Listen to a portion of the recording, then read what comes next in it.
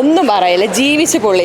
കാര്യം ഇനി വരുന്ന എല്ലാ മലയാള സിനിമയ്ക്കും മെയിൻ നടൻ പുള്ളി ആവാനുള്ള എല്ലാ സാധ്യതകളും കാണുന്നുണ്ട്. എനിക്ക് ഇഷ്ടപ്പെട്ടില്ല.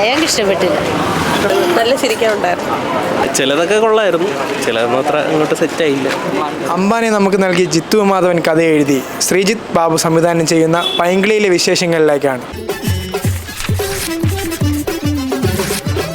പ്രസക്തിയുള്ള ഒരു വിഷയം. പണ്ട് തനിയാവർത്തിന് മമ്മൂട്ടി ചെയ്തതിന് ഒരു കോമഡിയിലൂടെ ഒരു പൈങ്കിളി സിറ്റുവേഷനിൽ വളരെ ഹാസ്യാത്മകമായിട്ട് ചിരിക്കാനും ചിന്തിക്കാനും വളരെ പഞ്ചിങ് ആയിട്ടുള്ള പവർഫുൾ ആയിട്ടുള്ള സിറ്റുവേഷണൽ കോമഡിയാണ്.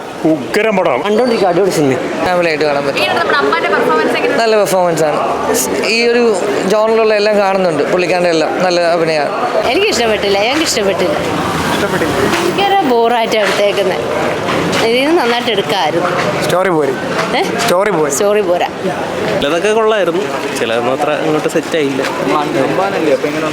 പുള്ളി കൊള്ളായിരുന്നു, പക്ഷെ പുള്ളിയുടെ ആണെങ്കിലും ചില കോമഡീസ് ഒന്നും അത്രയ്ക്ക് അങ്ങോട്ട് ശരിയായില്ല.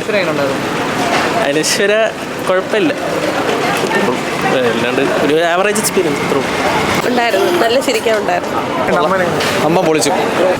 നമ്മൾ കണ്ടു പറഞ്ഞത് തന്നെയാണ് ഇതിലും ആവേശം അതിലമ്പാൻ്റെ ഒരു ഇത് പ്രതീക്ഷയാണ് ചെയ്യുന്നത്. പക്ഷെ വലിയതായിട്ടില്ല, കഥയും വലിയതായിട്ട് സെക്കൻഡ് പാർട്ടാണോ അങ്ങനെയല്ല. എന്നാലും നോർമലി ഒരു എന്താ പറയുക, അമ്പാൻ്റെ ഒരു ഇത് മറ്റേലുള്ളതിൻ്റെ കുറച്ച് ഫുൾ ടൈം ഉള്ളതല്ലേ, അതിൻ്റെ ഒരു ഇത് കിട്ടിയിട്ടില്ല.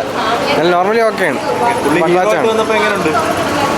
ഹീറോ എന്നുള്ളൊരിത് കൊടുത്തിട്ടില്ല വല്ലാണ്ട്.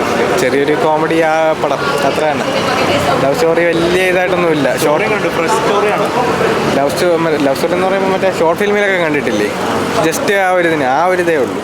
ഒന്നും പറയില്ല, ജീവിച്ച് പുള്ളി. കാര്യം ഇനി വരുന്ന എല്ലാ മലയാള സിനിമയ്ക്കും മെയിൻ നടൻ പുള്ളി ആവാനുള്ള എല്ലാ സാധ്യതകളും കാണുന്നുണ്ട്. അത്രയ്ക്കും ഡെഡിക്കേഷനായിട്ട് ആ ഒരു ആ ഒരു 10 മിനിറ്റ്സ് ഒരു 5 മിനിറ്റ്സ് ആണ് 5 മിനിറ്റ്സ് പെർഫോമൻസ് ത്രൂ ഔട്ട് പുള്ളി അടിപൊളിയായിട്ട് സെക്കൻഡ് ഹാഫ് ചെയ്തിട്ടുണ്ട്.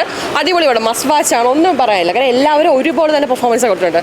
ആരെയും നമുക്ക് ഹൈപ്പിലെടുത്ത് പറയാനിട്ടില്ല. ഒരുപാട് ചിരിച്ചു. കാര്യം കുറേ നാളെ ഇത്രത്തോളം ചിരിച്ചൊരു പടം കണ്ടിട്ട് സത്യം പറഞ്ഞു. പക്ഷേ അവസാനം കൊണ്ടൊരു ഇമോഷണലി ടച്ച് ഉണ്ട്. പക്ഷേ ലാസ്റ്റ് ഒരു ഹ്യൂമറിലേക്കാണ് നിർത്തുന്നത്. മസ്റ്റ് വാച്ച് ആണ്.